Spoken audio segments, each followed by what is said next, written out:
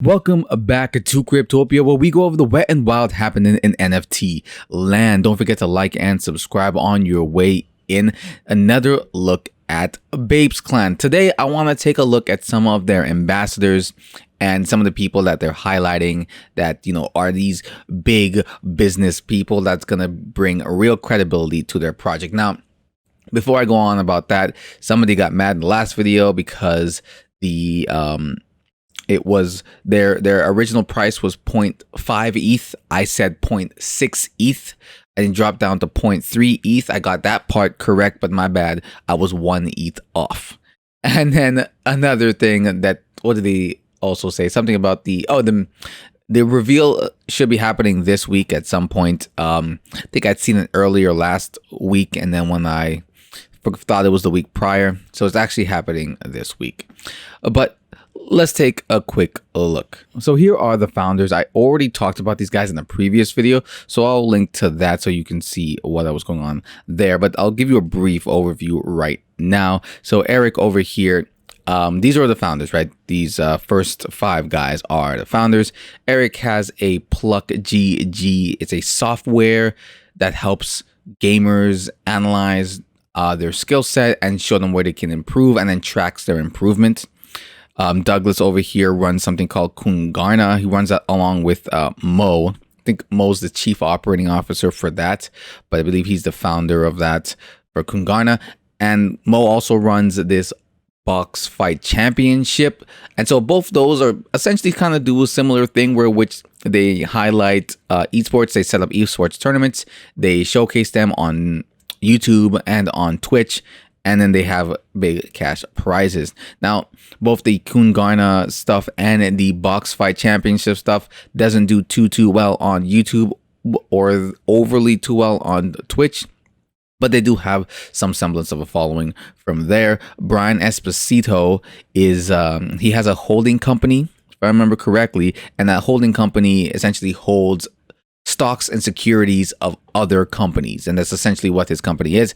But he's got a lot of connections. That's how he kind of advertises himself. He boasts about his level of connections, and he gets people together. He bridges that gap from one person to the other, and that's kind of one of his big skill sets. This is Cam Jordan. He is a actual NFL player. He's a current NFL player, and that's that. Don't know how he got involved in all this nonsense, but he is here and he is part of it. And we already talked about Mo role here. He's their strategic legal advisor. He gives them legal advice. You can't find anything about him on really Twitter or anything like that. He's just there as a legal advisor. If he is such, he is a real legal advisor.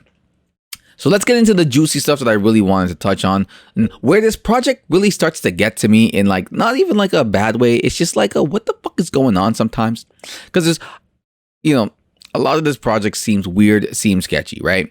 And then I get over into Larry Namer. Okay, so if you don't know Larry Namer, we're going to check out his 3 things here. He's the founder, or one of them, of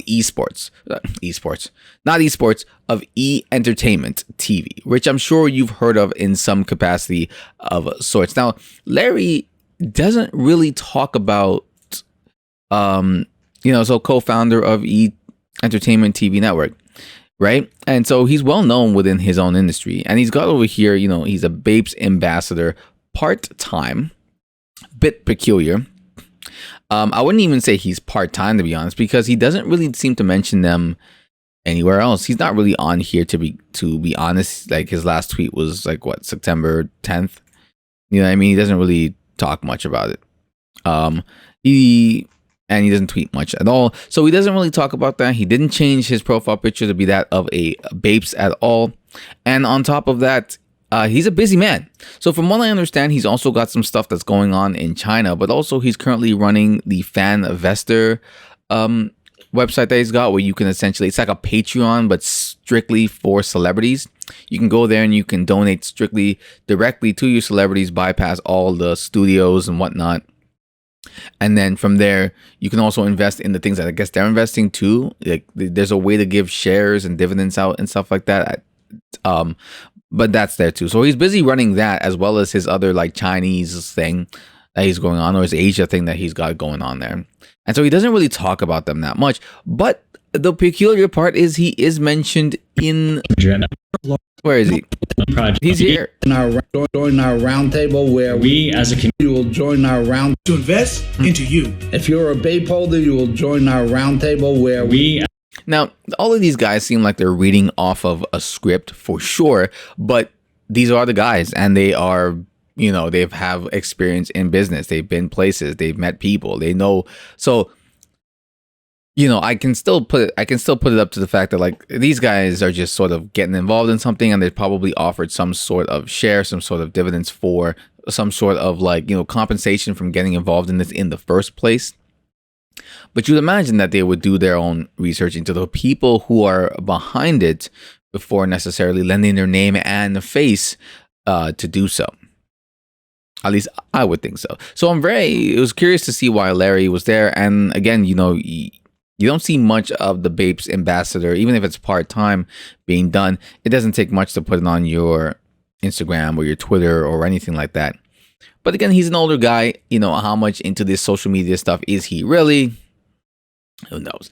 But it gets stranger still, because now we're going to go into Charlie Walk. Charlie Walk is big in the music industry. He's, you know, well known, you know, been on a bunch of stuff, met a bunch of people. He's good like that. You know what I mean? Now he is much like Larry, and he's a busy man. He's got his own stuff. He has this website called Music Mastery, or Mastery Music, Music Mastery, where he works full-time. He's the founder and CEO, and it's Music Mastery is a full-service global entertainment company that develops artists and brands. You can go onto Music Mastery and you can see if it'll take me to their website. So you can join Music Mastery. It's a steep price to get involved, but included you get a ton of music benefits, a ton of people options for advice from people. You get obviously full administration services, but you get like mixing and mastery stuff, and like, you know, they help you distribute, help you find success. I mean, I don't know how great it really is, but you know, if all of these stuff is included, and this guy does have the connections, obviously he's not working directly with you, but he does allow, you got YouTube content ID fingerprinting to protect monetized content. So, you know, if you're an artist, this might be extremely helpful if you're up and coming, or, you know, you're slowly making your name out there, but you don't want people coming in and stealing your shit. So you have this. So again, this is another person who's, you know, relatively, he doesn't really do much on Twitch or on Twitter at all. And you can see he doesn't really post much. So he didn't change his profile picture to be that of a Babes or anything like that. But he's huge on Instagram. He's verified. He's got his 200K plus followers, and he posts a lot on here. Just a lot of it's him and his daughter, and so there's just how much he cares about her. But he also has this. So this one I find hilarious. You know, take from this what you will. He's on the podcast with probably the biggest scammer known to mankind. Before data. You know, we're in such a data game right now. Everyone looks at this. So you guys know this guy, right? He's a Wolf of Wall Street, right? Great movie, great book, huge scammer. So I mean, that's neither here nor there. So we just came across those are just two of the guys right now, and you know, it's very peculiar. Again, you don't really get to see, and you don't even really get to see Charlie Walk. I think I just ended up finding out about him anyways. He's not really part of that little video that I showed at the very beginning. But we'll go on to somebody else who is Julissa Lee. So she's right here. Julissa Leah. I'm John. And Julissa Leah is the CEO of Modern Luxury Lounge, which, as far as I could tell, is a podcast. It's an alright podcast. It doesn't do as far as I can tell, that it's not like the craziest thing in the world, but she does similar to a lot of the Bapes people are, which I guess kind of lends to the whole idea as to why they're able to even do this in the first place and how they can get all these connections. A lot of the people in the Bapes clan are entrepreneurs themselves. So for them, it's all about making connections. So they're big on the whole connections and getting their name out there in kind of any way that they can. I would imagine these guys would still do the due diligence anyways, but again, she is one of these entrepreneurs. She's a podcast host. She's also got a personal brand, and she also helps out other people with their PR work, right?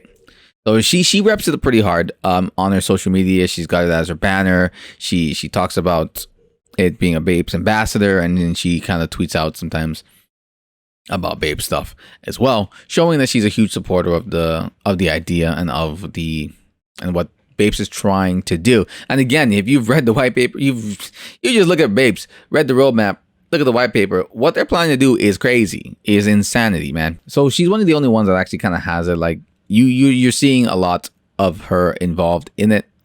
And again, yeah, she gets people on. She has interviews, expert interviews, talking about people building their personal brands and whatnot with different people who have done it in a different kind of way. I remember this guy. He's a sales guy. I can't remember his name though. But that's what she does. She also kind of sells herself in a way as like a model, I guess, because she's got, Gucci underwear over here and then this perfume over here. So she does do that. She's nothing currently, like, she's not stupidly large, but she's not stupidly small, I guess. She's 20K followers. Kiss me there, touch me there, hanky panky. You can touch, you can play. Yeah, so that's what you can expect from her podcast. I'm not really sure what the hell's going on here. I don't think it's her podcast that's this. No, I think it's this guy's podcast. It was just randomly when I found this, and I thought it was hilarious because she looks completely lost. Like, look at that. He's going crazy. She's just kind of like, okay. But anyways, that's what's going on there. There are so many people on here. I'm not going through them all in this video. I'm a little shocked actually at some of the people that are actually on here as well. So I really like Christian when I came across him, known as the Anti-Architect. He runs an architect company. That's what they do. Messini Buffy is a full service design firm specializing in architecture, planning, and interior design with offices in New York City, New Jersey. The practice complements its century of experts with contemporary entrepreneurial spirit and technological skill for clients in the commercial, education, financial, and professional services, retail, sports, and tech and media sector. Whew. Yes. So, they build buildings and they build it to whatever you need it to do. If it's commercial, if it's education, if it's financial, and if it's professional. They've been around since 1915. And yeah. So, I mean, this is a real company and it does pretty well. So this is one of the guys where it's like, it's kind of crazy. Now, this guy doesn't have a overly crazy, he also has a podcast as well, because everybody and their freaking grandma wants a podcast, I guess, at one point. His podcast doesn't do that well at all. As you can see here, 10 views, 9 views. He's got 15 subscribers. Understandable. This is one of those guys who's just not, in terms of social media presence, they're not really anywhere. Like him as an individual, I guess. Maybe his company itself is going to be a little bit bigger, but him as an individual is not really around many places. Now, this video is getting kind of long already, and I'm not even going through everybody. That's the crazy thing, man. So we got John over here. Here, I'm almost done. I got like 2 more, and then we're done skis. Or this is the second one. So John over here apparently works for Facebook. He's risk management in Facebook. He's in the video that they were talking about there. And he's someone that does kind of rep the Bapes idea. You know what I mean? He's constantly showing off his NFTs, and he's constantly talking about the Bapes and or at least retweeting the Bape stuff that is happening. So the bigger guys who I just showed, kind of like Christian and Larry,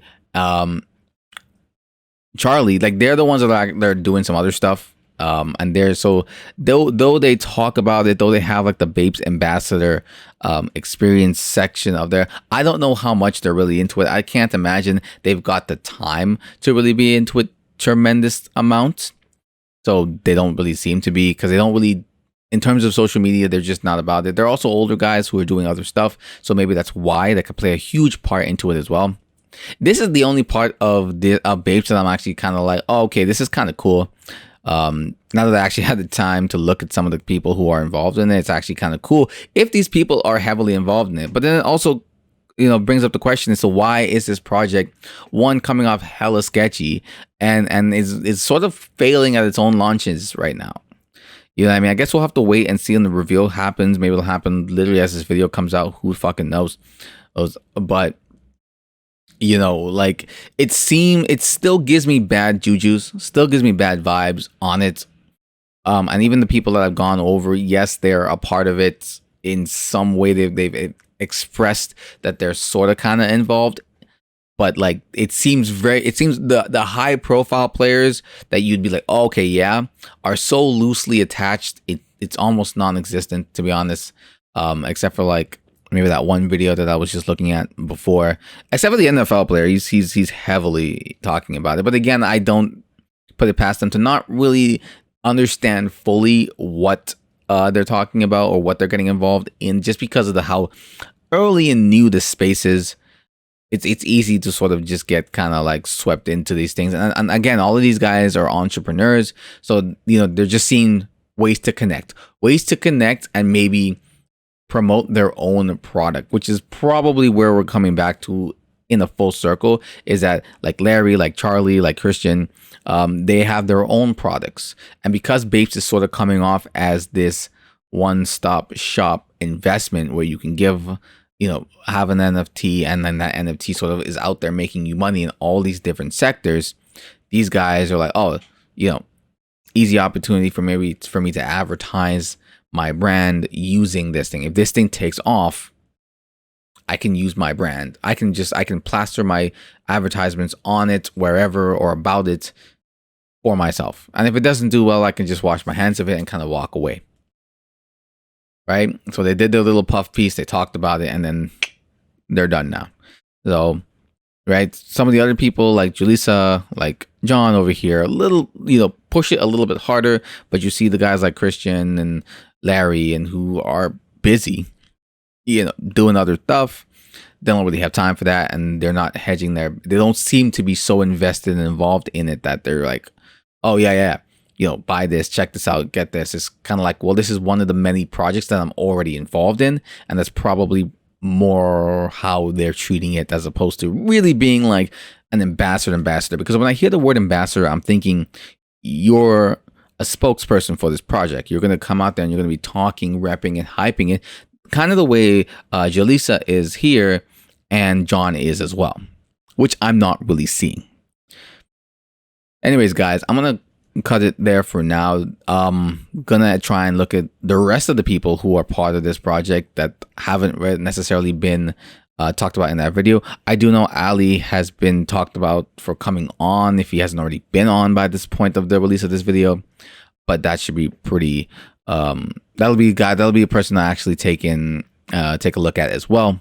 And everybody else on here, there's just so many, which is why how can this project not be doing like even better than it already is? Why is there not more people talking about it? If all of these guys who have all of these connections in all these different industries, talking about this.